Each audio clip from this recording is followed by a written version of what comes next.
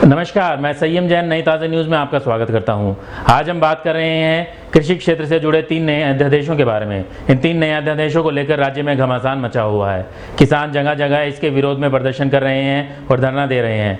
वहीं भाजपा के नेता इसके समर्थन में बैठकें कर रहे हैं और किसानों को समझाने का प्रयास कर रहे हैं कि ये 3 अध्यादेश उनके फायदे के लिए ही हैं। ऐसे ही हिसार में हरियाणा विधानसभा के डिप्टी स्पीकर रणबीर सिंह गंगवा ने पत्रकारों से बातचीत करते हुए समझाने का प्रयास किया कि ये विधेयक किस तरीके से किसानों के फायदे के हैं। हरियाणा विधानसभा के डिप्टी स्पीकर रणबीर सिंह गंगवा ने कहा है कि किसानों के नए अध्यादेशों से कोई नुकसान नहीं होगा, बल्कि इनके माध्यम से तो किसानों के अधिकार बढ़ेंगे और उनके हित सुरक्षित होंगे। उन्होंने स्पष्ट किया कि नए अध्यादेशों से न तो न्यूनतम समर्थन मूल्य में कोई कटौती होगी और न मंडियों में आढ़तियों के माध्यम से होने वाली खरीद बंद होगी। पूर्व में चल रहे प्रावधानों के साथ साथ इन अध्यादेशों के माध्यम से किसानों को अपनी फसलें देश के किसी भी हिस्से में बेचने की आज़ादी मिलेगी। इसके लिए एक देश एक बाजार की नीति लागू की जा रही है। डिप्टी स्पीकर रणबीर सिंह गंगवा ने ये बात आज हिसार में PWD B&R विश्राम गृह में पत्रकारों से बातचीत करते हुए कही। उन्होंने कृषि अध्यादेशों के प्रावधानों की विस्तृत जानकारी देते हुए फसल खराबे की स्पेशल गिरदावरी, फसल खरीद प्रबंधों तथा किसानों से जुड़े सभी मुद्दों पर अपनी राय रखी। रणबीर गंगवा ने कहा कि विपक्ष की राजनीतिक जमीन खिसक चुकी है, इसलिए विपक्षी नेता किसानों को सरकार के खिलाफ बहका रहे हैं और भ्रांतियां पैदा कर रहे हैं। कृषि क्षेत्र के नए अध्यादेशों से तो किसानों के अधिकार बढ़ेंगे और उन्हें पहले से अधिक लाभ होगा।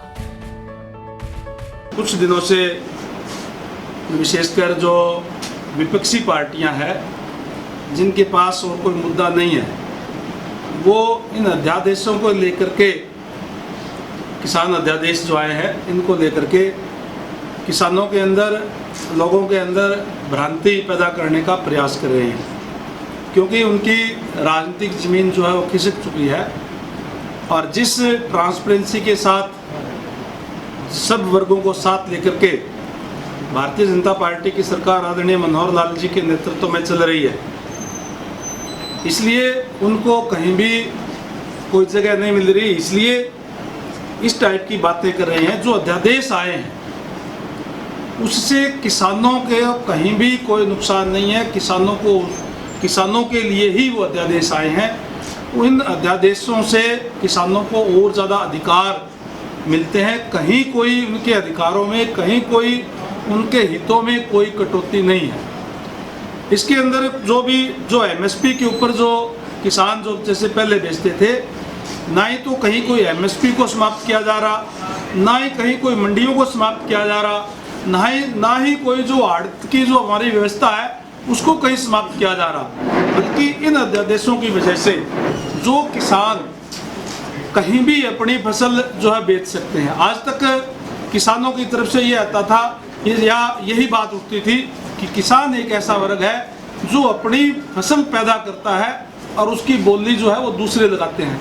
अपनी फसल का मूल्य आप नहीं बता सकता।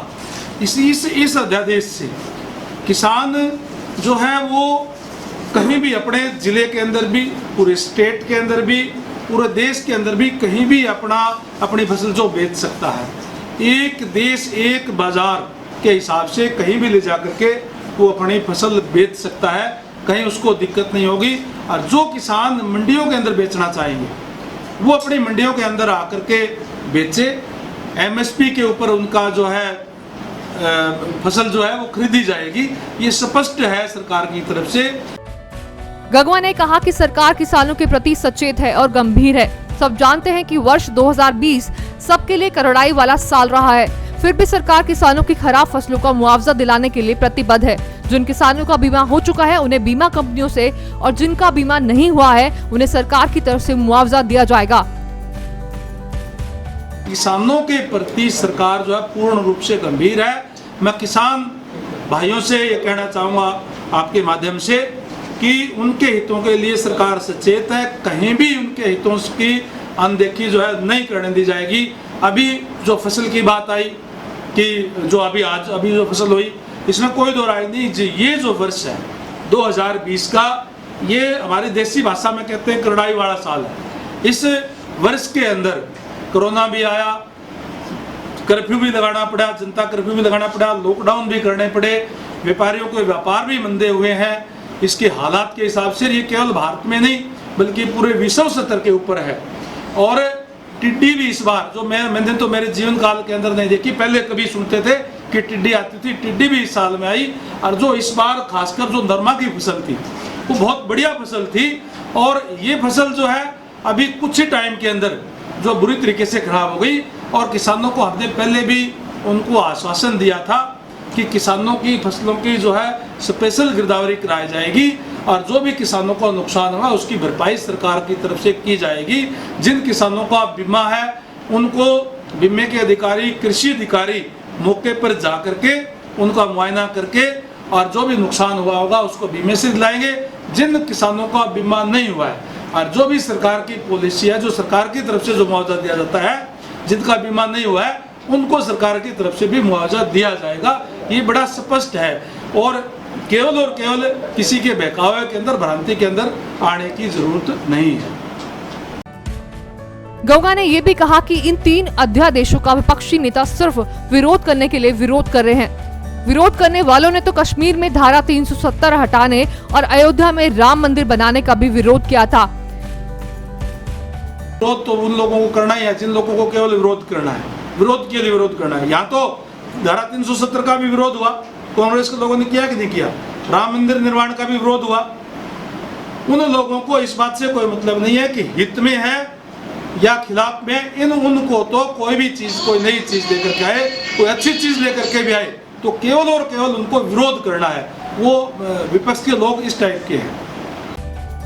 पीपली में किसान रैली, किसानों पर लाठीचार्ज और जगह जगह किसानों के धरने के बाद हरियाणा सरकार बचाव की मुद्रा में आ चुकी है।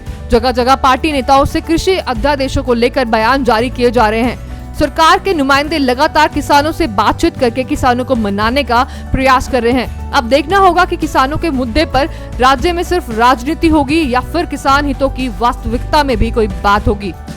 ब्यूरो रिपोर्ट, नई ताजा न्यूज, हिसार।